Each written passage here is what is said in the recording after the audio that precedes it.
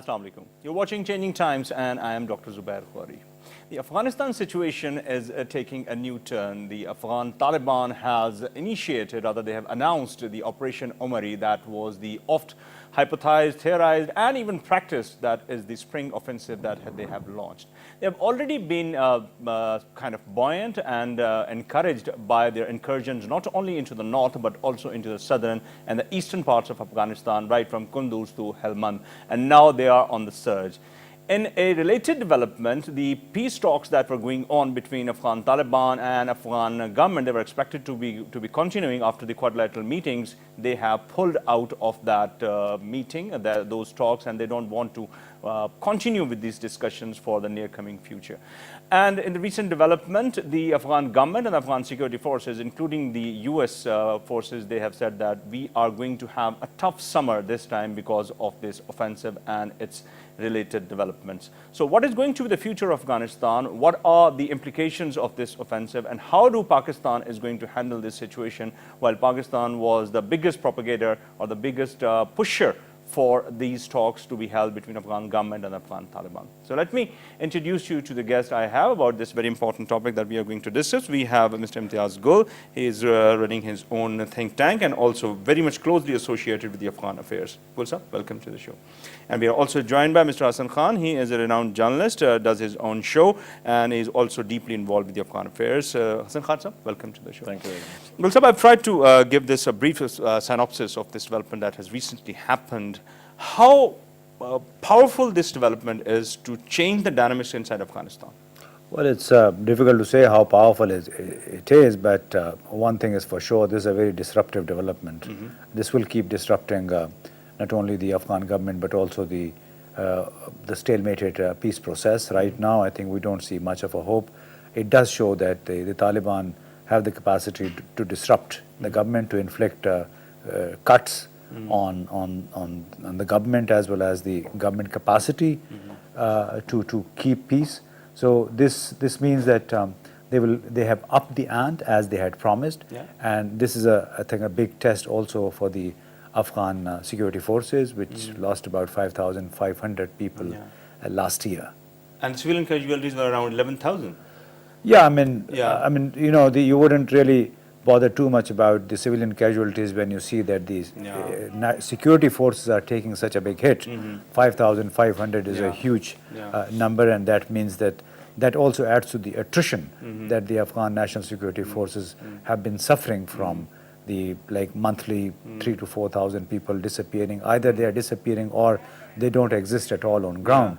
So there are multiple factors that make the Taliban as more formidable than they really are. On the flip side, isn't it the case that the Taliban are gaining ground and they are strengthening their position? So once they will be coming back to the table to talk about this, so we will have a certain position in our hand that what we are talking to, whom we are talking to, and in what capacity they're sitting on the table. I personally think that much depends on how the Kabul government positions itself, and second, how the Taliban whether the Taliban are able to move Washington, because they have now practically ruled out talking to the Afghan government, and they want a direct dialogue with the United States. However, there are serious doubts because the United States is in a presidential year.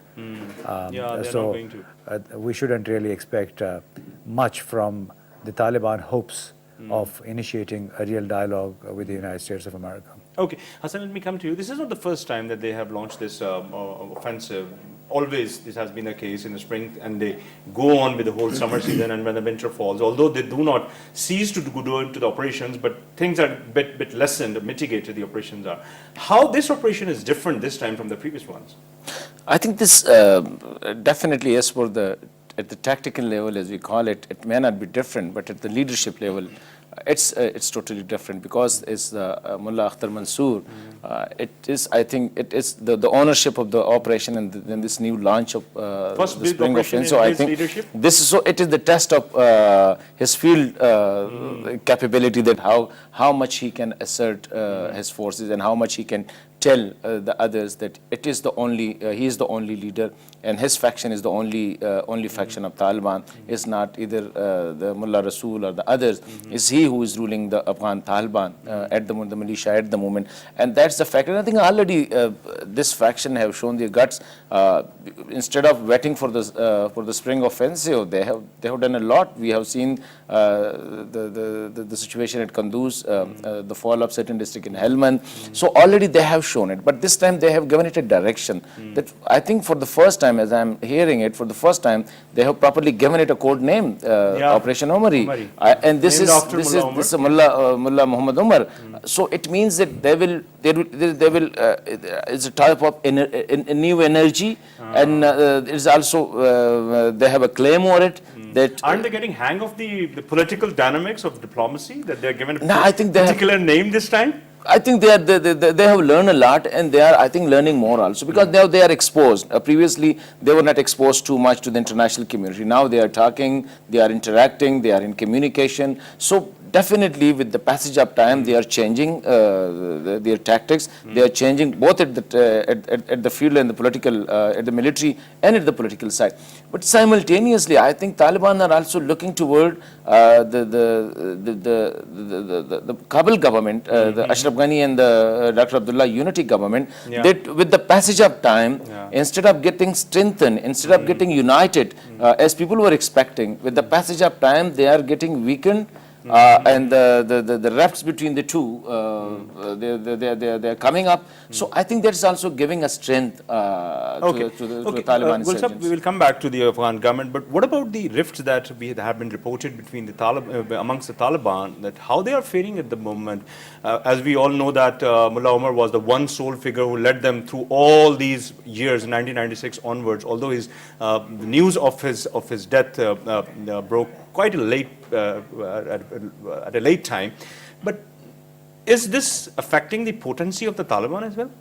I don't think anymore. I think, as Hassan was also saying, the Mullah Akhtar Mansoor has consolidated his hold on the movement by, I think, getting into the movement, the people who were called like dissidents or who were his opposition. So Mullah Omar's family is now very much part of the movement. I think his son has been involved. Son has been involved. His brother. Mullah Omar's brother has been given, I think, charge of some 14, 15 provinces, which shows that unlike the fears that had been expressed that probably Mullah Akhtar Mansoor would find it very difficult to rally people around himself. But I think the last 2 or 3 weeks have shown that he has tried to gel. He has gelled all the dissident members also into the movement, and that basically makes them a formidable force.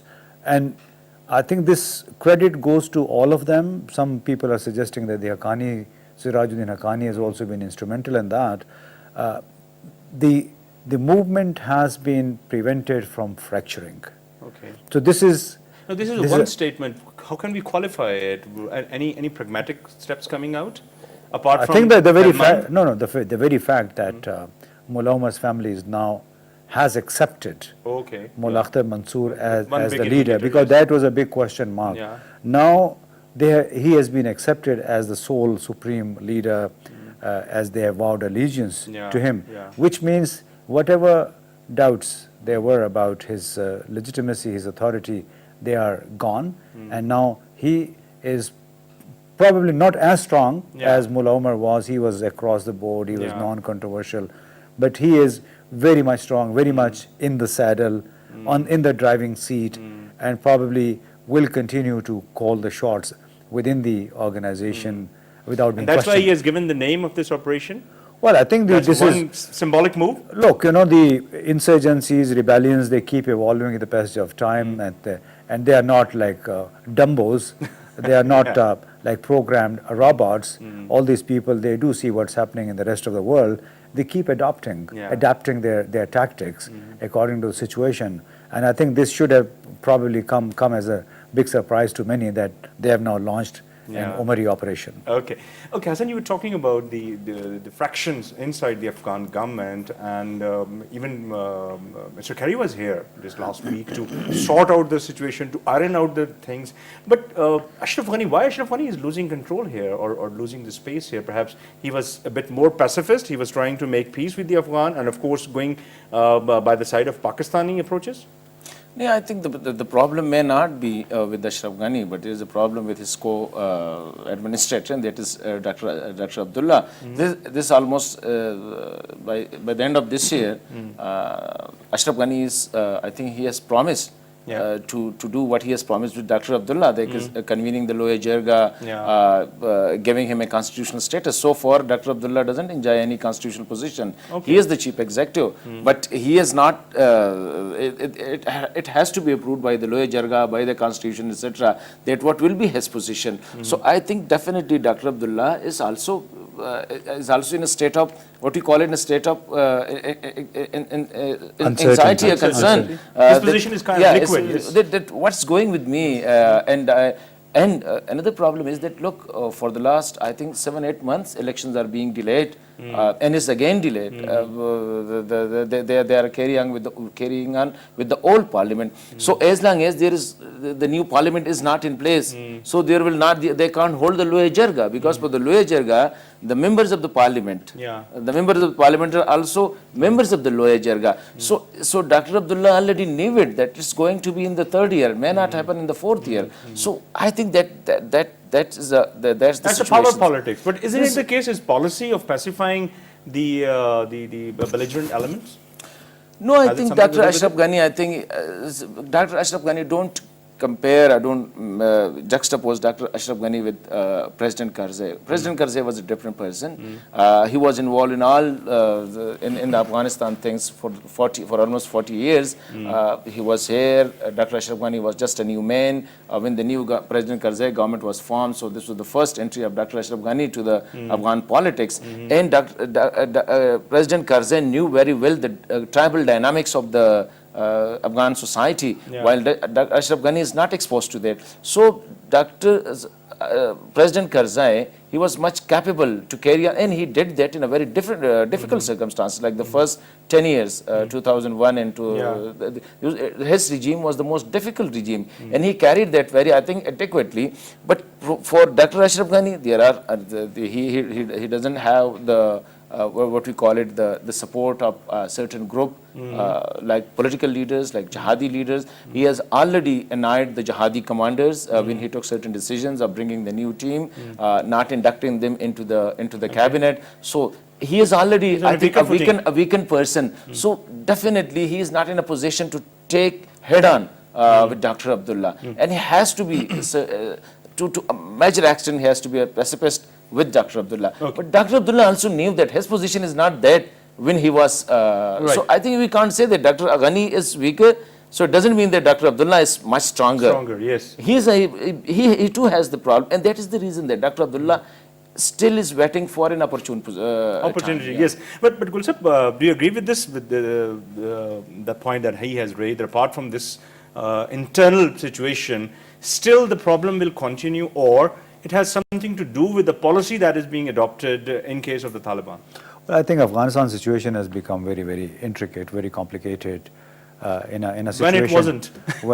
No, but now it is, because you are dealing with the capital, which is practically being run by 3 persons: Ashraf Ghani, Abdullah, and was it a bad former call President to go for 3 Karzai. No, it's not a formal structure, but usually informal structures undermine economies, informal structure undermine political stability. This is what is happening right now. For a society like this, you need a unified leadership. Yeah, somehow, I mean, it's there are external factors affecting it, but I guess the onus in the current situation rests more on the Afghan leaders themselves as to whether they would ever be able to speak with one voice. Because right now, you are hearing 3 different voices from within Kabul, and this is what has lent the so-called strength to the Taliban. Ashraf Ghani's problem is he's a very well-meaning person, very noble, scholarly person, but his problem is he is not a conventional politician. He has no jihadi A tribal leader, no jihadi background. He has no tribal support, no tribal leanings, and this is what makes him a weaker statesman or weaker head of government. Whereas Karzai looms large on the Afghan political landscape even today. His shadows are everywhere, and dealing with those shadows, with the legacy of Karzai, is an uphill task, particularly when the president is also pitched against a politically appointed chief executive officer who does not have a constitutional role. So there's a lot of joking going on, a lot of brinkmanship going on within the three camps, and this is what has complicated the entire situation. Also for the quadrilateral contact group, which was supposed to take the peace process forward. Yeah. So since you have hinted about it, where do you see this process going on? Just stalemate, going nowhere? It's practically going nowhere, particularly because of the spring offensive, because the Taliban apparently want to position themselves in a much stronger position through these offensives, and then perhaps agree to talk to. But I don't see any possibility of the dialogue then resuming under the quadrilateral contact. What's Pakistan's position? Pakistan, because we have invested a lot. Yeah, Pakistan has invested a lot, but also squandered a lot. Poor policy management, poor communication strategy, and I would say that right now there are very conscious efforts underway, not only by the Afghan government but also by the Indians and also by the Taliban to make Pakistan irrelevant. Okay. Because, can you please elaborate? This is yeah, just because the Taliban don't want to be seen as the second fiddle to Pakistan. The Afghan government, most of them, they don't like Pakistan. The Americans take cue from the Indian government, which is very closely aligned with the Afghan government. Okay. So Pakistan has all the negatives pitched against. Basically, it's facing an entirely extremely difficult situation, and one of the obvious attempts appears to be making Pakistan irrelevant in the sense that peace talks will not take place on the Pakistani soil. Yeah. Peace talks will not take place in Doha, neither in Turkey.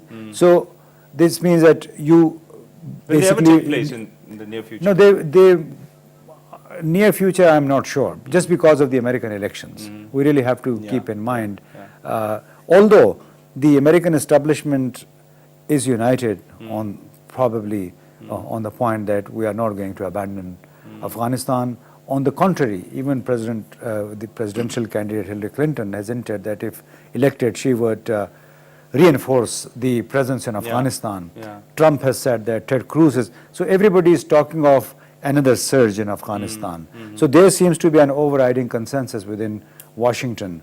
But whether that consensus translates into really direct peace negotiations with the Taliban, it's still a question question mark. Hassan, do you agree with this whole, but Gul Sahib has said that Pakistan is on a losing ground. We have lost the initiative, although when the Murray talks were initiated, we were very much confident that... I did not say that Pakistan has lost the initiative, no. Don't misinterpret. I am saying there are attempts to make Pakistan irrelevant. However, Pakistan it depends. has lost. I'm not saying Pakistan hasn't lost. Pakistan will remain, a neighboring country which has 2,560 kilometers long border cannot be made irrelevant. So that's maybe very stupid, very short-sighted on the part of the other powers. However, it is now up to Pakistan to smartly position itself vis-a-vis the peace process. Let me get Hassan's take on this. Look, Dr. Sam, I think this is a writing on the wall. I will say it like that, what Imtiaz Gul Sahib is trying to articulate. I think this irrelevancy of Pakistan in the Afghan affairs, definitely we are overconfident. One thing is that our policymakers and our political leadership, our security establishment, which are dealing with the Afghan policy, they are overconfident. Whenever you listen to them, you will see that Afghanistan is just a cup of tea for them, and any time they can manage it if they want. Number one. Number two, this is very unfortunate that these are the very extraordinary times. Okay. The situation vis-a-vis the region and vis-a-vis Afghanistan. But unfortunately, we Pakistanis are dealing with the ordinary measures. So far, do you see any extraordinary steps being taken in the management what do you call or an the extraordinary changes, etc.? measure? Extraordinary means the type of people you have deployed at the Pakistan embassy, whether they are so confident, whether they're so robust, whether so outgoing to go out and meet with the people, interact with the people, counter the anti-Pakistan narrative launched by India and Iran, both not by Iran publicly, but Iran is also a major, I think, force trying to keep Pakistan out of the situations. What is going on in the Foreign Office, whether the Afghan desk, do you know who is handling with the Afghan desk right now? At least I am the person, and Jalguru Sahib is the person who are mostly involved. At the diplomatic fronts, there is no activity. As per my knowledge is concerned, I don't know who is dealing with the Afghan desk. I don't know who is handling, who is the director, who is the DG of the Afghan desk, and who is the person who is involved in this quadrilateral. Just call the Foreign Office and ask them. Yeah, there must be somebody sitting on the Afghan desk, look, maybe deputy director. No, there must be somebody who is interacting with the I think people. he may mean he's meaning symbolically. Yeah. We know who is the Director General. Yeah, of no, Afghanistan. But he's right in the symbolism. presence is not there. In the strategy, I think we have lost a lot. Yeah, we have lost a lot, and we are not taking the position head on. We are just waiting for the situation to react. Something Isn't happen. it the case that we started this Murray process and we took the initiative in our own hands, but that was the news that was coming out of the death of Mullah Omar that dismembered everything that we were trying to gather? No, I don't say that Pakistan. Perhaps we did not have the plan B, you mean Pakistan to say? definitely struggled, but Pakistan's problem is that it wants to keep the whole situation in its control. I think this psychologically, Pakistan want to be on the driving seat. One, but without getting prepared how to drive this huge trawler. It's not a bus, it's not a car. I think how to drive it, you have to be a trained driver for it. And the situation is not tailored according to. Definitely, if you want to go into situations and if you want to go into an extraordinary situations, definitely you have to take extraordinary step and measure, prepare your team. Let me play the devil's Look about the quadrilateral. You see, we have been facing this situation for X number of years. Decades have gone into this. Such a complicated situation. We always talk about Afghanistan is equal to complication. The plans have been there. Government of Pakistan, even the security forces, intelligence have already been doing whatever they are doing. Do you really mean to say that they don't have any plan A, B, C, D? They just want to go ahead with one thing, and if it fails or doesn't work as according to their expectations, they are just dumbfounded? Look, it's what I think what I see Pakistan policy toward Afghanistan is that it is sandwiched between Pindi and Islamabad. It's neither in Pindi, it's neither in Islamabad. So if anything happen, Islamabad wale, they put it on the shoulder of the Pindis that we are not that much involved in Islamabad it. has taken a hand off. And I think all the Pindi things that is going on. And again, in case of failure, Pindis, I think, put it on the shoulder of, and I have said it at a number of places that define it.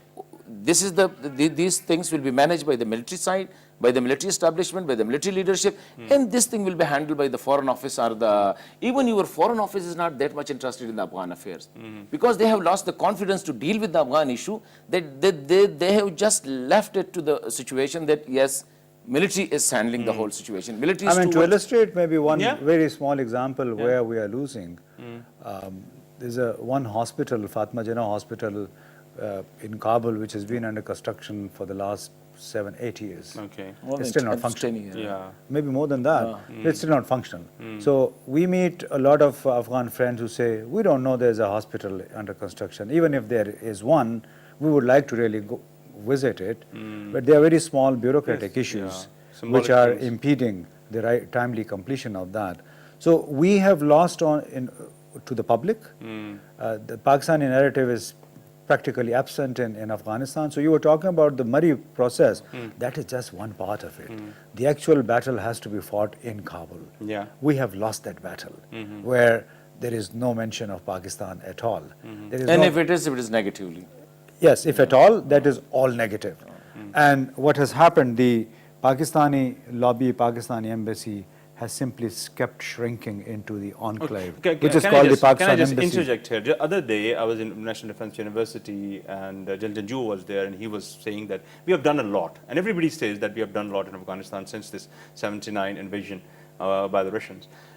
Perhaps it's the case of mismanagement as far as the diplomatic front is concerned, or we have mismanaged things at strategic levels.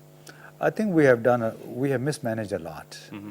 General Janjua may be saying this, he may be well-meaning. We have indeed done a lot, but remember, the Americans also have put in nearly $1 trillion in the last 15 years.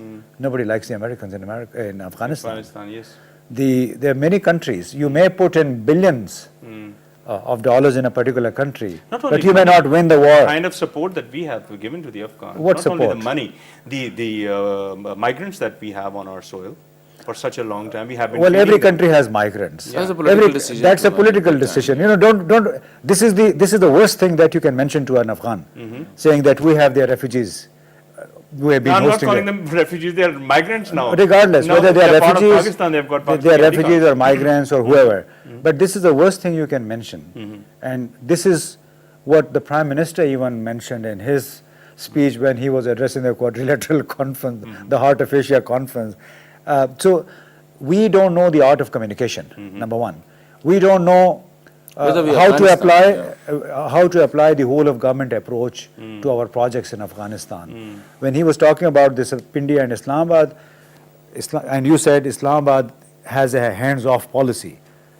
Politically, yes, but for governance, for administrative issues, Rawalpindi remains very much dependent on the governance structures, on the Ministry of Finance, on the Planning Commission. So there is a lot of discord. There is discoordination or lack of coordination, which results in the delays of projects, and that means you are sullying the name of Pakistan. Okay. You may be investing a lot of money, nobody knows about it. So we have lost on the strategic communication front badly. And look, just India built only one major, One parliament. In parliament, one yeah, they parliament, always and quote India it. is everywhere. But we have built much bigger building that one in the Kabul You University. remember and that Indian Iqbal hand Jan. that was there in the media, that Yeah, the person who got his amputation on his hand, he was given a treatment in India, an artificial hand was given to him. And there was everywhere on the That Afghan was media. viral on the Afghan media, everywhere in the social media too. And there must be tons of thousands of such Afghans who have got their hands and their limbs In Pakistan, in yes. Pakistan and Peshawar. Paraplegic, yes. We are not selling them. We are not sold them like diplomatically, publicly. Yeah. So there is a massive failure. Actually. Failure on diplomatic the, front. I'm just going to say, if I Please. say, I mean, as far the Afghan issue is concerned, when I said this is the overconfidence of the Pakistani leadership, that they just left Afghan to the situation, that definitely there's just a ripe fruit and it falls into our lap one day. It doesn't matter whether the US is there, the Turks are there, the Iranians are there, the Indians are there. I think it may be that may be the position in the past. Perhaps perception is changing now. But now the situation has gone, I think this is totally 180-degree change in the situation, whether it is in Kabul. In Kabul, there were times Pakistan was taken as a good neighbor, Pakistanis were taken as a good Muslims, etc. But today, if you go there and you talk of Pakistan, believe me, the only thing that comes in their mind is destruction in Afghanistan, the ISI, the killing of the people, the killing of the teachers, the killing of the students, the destruction of the schools, the hospitals, etc. Nobody is talking of the Balkh University, Balkh Engineering University. It's a huge complex built by Nangarhar Pakistan. University. Nangarhar University. This is the Iqbal Academy, Iqbal building in Kabul University. Nobody is talking about Turkham Jalalabad dual carriageway. Yeah. Nobody is talking about, because it's very unfortunate that at a time where you have to be there on the table, Pakistan has adopted a policy, they call it strategic distance. So at a moment where you need to be there right in the middle of the Afghans, the Kabul, the people, you say that, no, this is the time that I have to be strategically at a distance from Okay, them. Gulsam, at this position, when there is an offensive that is going on, and you never know that how much Taliban is going to, they are going to gain.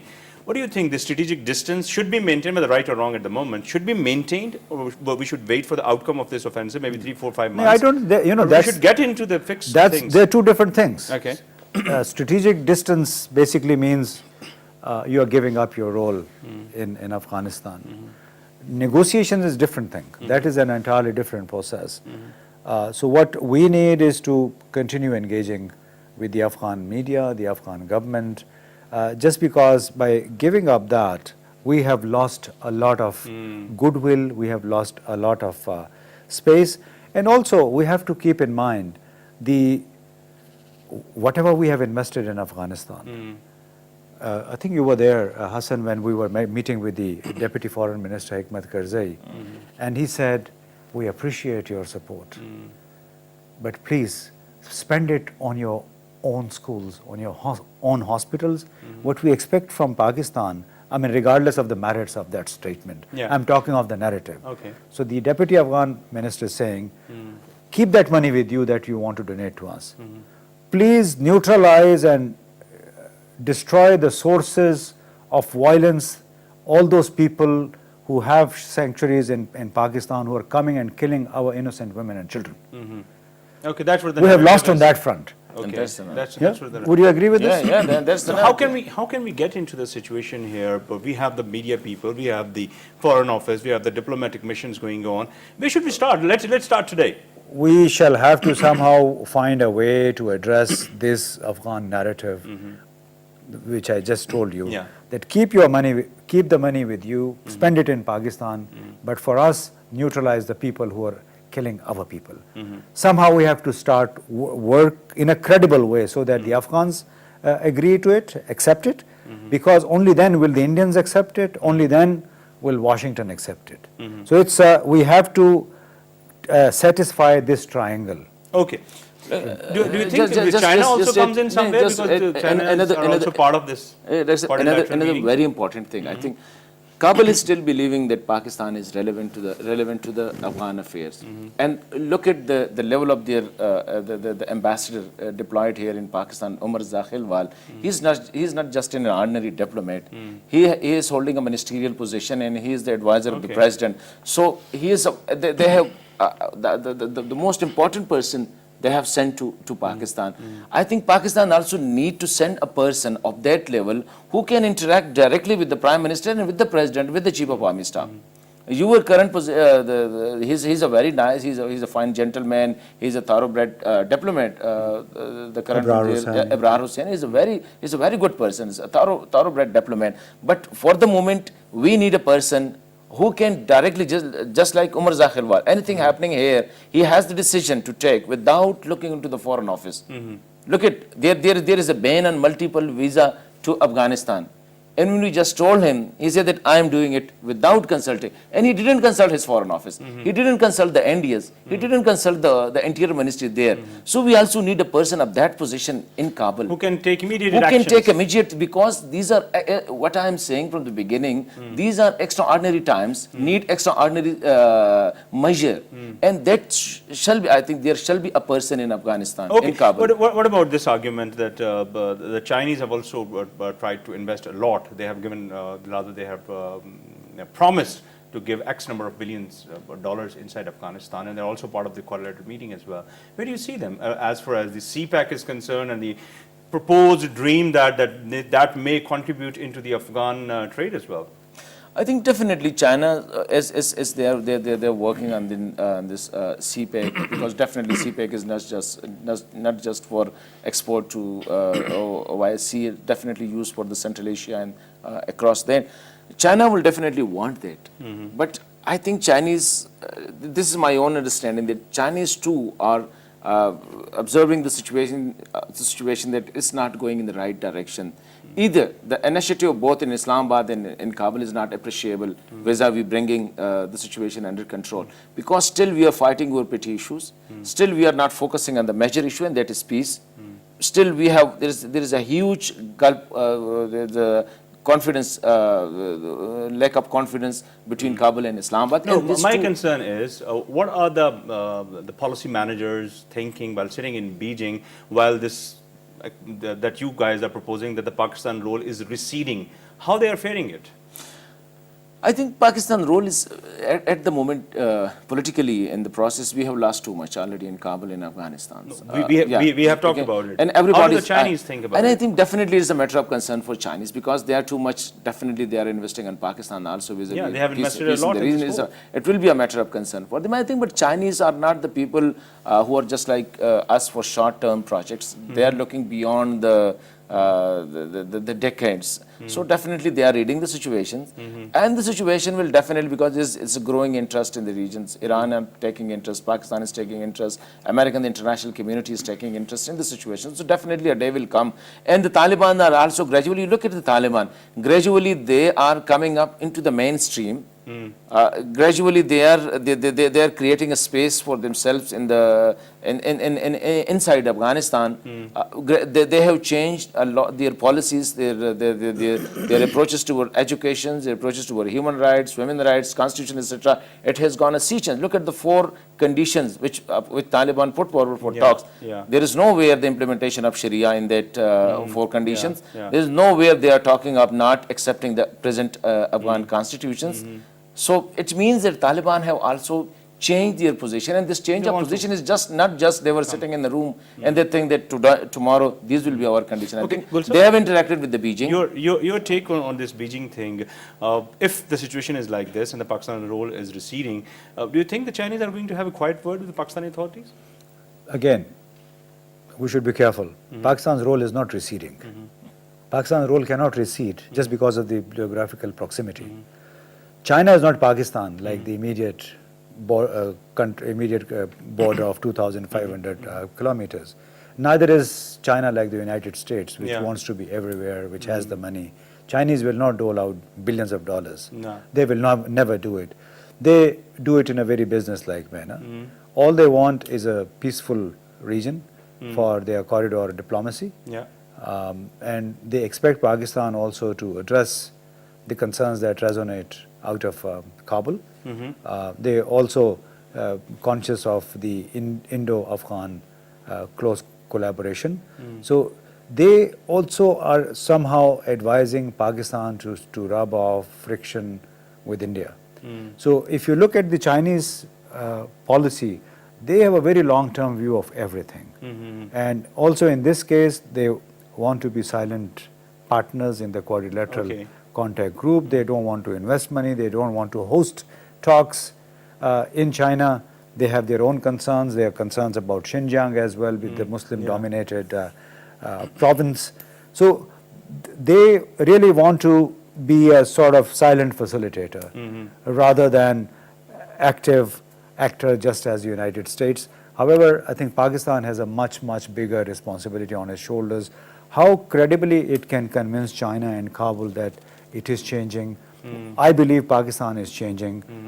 It has done a lot, but it shall have to go for an out-of-box approach to address the Afghan concerns, which can then satisfy both China. Just the last moment, President Rouhani was here. Do you see Iranian role vis-a-vis Afghanistan and Pakistan anywhere? Well, I think Iran should be included in the entire process. There is no way around.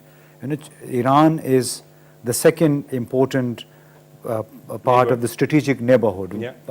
Pakistan is the strategic neighborhood as well as Iran. So you cannot secure Afghanistan if you ignore the latter half of the strategy or strategic metrics. Hassan, your final take on Iran's question? I think Iran is as much important as Pakistan is, and Iran is deeply entrenched in Afghan society, in Afghan politics at the moment, and in Afghanistan polity also. So I think you can't ignore Iran, and it needs to be, as Imtiaz Gul Sahib is saying, it needs to be made part of the process. And I think that will be the best way to include it instead of excluding Iran. Okay, thank you very much, Imtiaz Gul Sahib, and thank you very much, Hassan Khan Sahib, for your valuable time and very interesting discussion that we have.